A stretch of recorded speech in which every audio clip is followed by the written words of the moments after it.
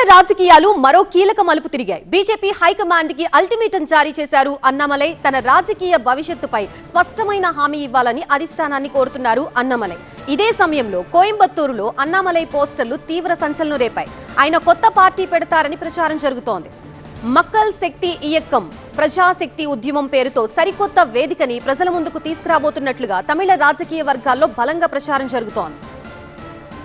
తనకు రాజ్యసభ సీట్ ఇవ్వాలని డిమాండ్ చేస్తున్నారు అన్నామలై. అసెంబ్లీ ఎన్నికల్లో అన్నామలై పోటీ చేయలేదు.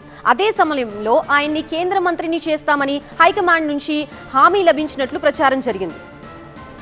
అసెంబ్లీ ఎన్నికల సమయంలో ఏఐఏడీఎంకే అధినేత ఎడప్పాడి పళనిస్వామి కేంద్రం ముందు ఒక కఠినమైన షరతు పెట్టారు. తమిళనాడు బీజేపీ నాయకత్వాన్ని మార్చితేనే తాము కూటమిలోకి వస్తామని స్పష్టం చేశారు. దీంతో అధిష్టానం అన్నామలై స్థానంలో నైనార్ నాగేంద్రన్ని నూతన రాష్ట్ర అధ్యక్షుడిగా నియమించింది. దీంతో పార్టీ పదవులకి దూరమైన అన్నామలై ప్రస్తుతం ప్రజాక్షేత్రంలో తన పట్టును నిరూపించుకోవడానికి నూతన ఉద్యమ వేదికని సిద్ధం చేసుకుంటున్నారు. ఈ కొత్త మూవ్మెంట్ తమిళనాడు రాజకీయాల్లో ఎలాంటి మార్పులు తీసుకొస్తుందో వేచి చూడాలి.